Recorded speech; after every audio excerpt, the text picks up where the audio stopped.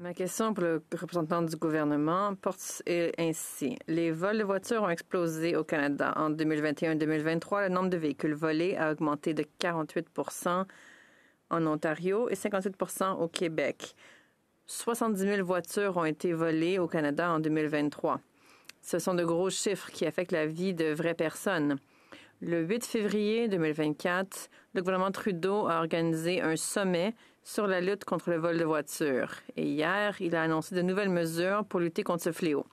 Pouvez-vous nous éclairer sur les éléments clés du plan gouvernemental visant à réduire l'épidémie de vol de véhicules?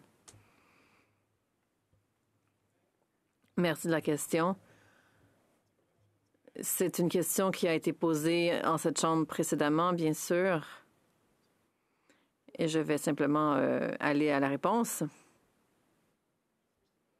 Premièrement, le plan d'action national est le produit d'une collaboration entre tous les partenaires, y compris tous les ordres de gouvernement, à la suite du sommet qui a été tenu il y a un certain temps.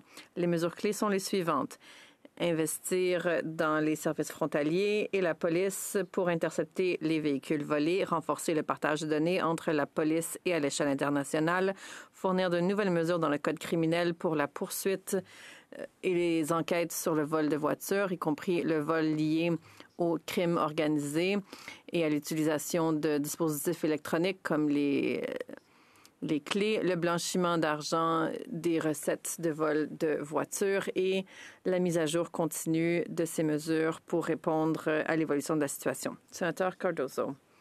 Merci. Ma question supplémentaire porte sur les voitures volées qui ont été exportées dans le port de Montréal.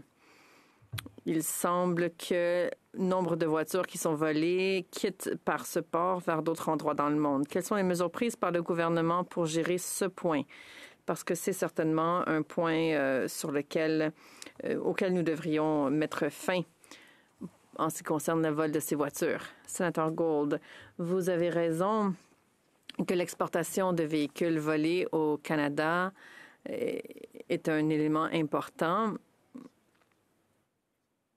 qui contribue à l'augmentation de vols de voitures. Le gouvernement a investi un grand montant pour soutenir le travail fait au service frontalier et pour assurer la surveillance au port de Montréal ainsi qu'en Ontario afin d'avoir une meilleure détection.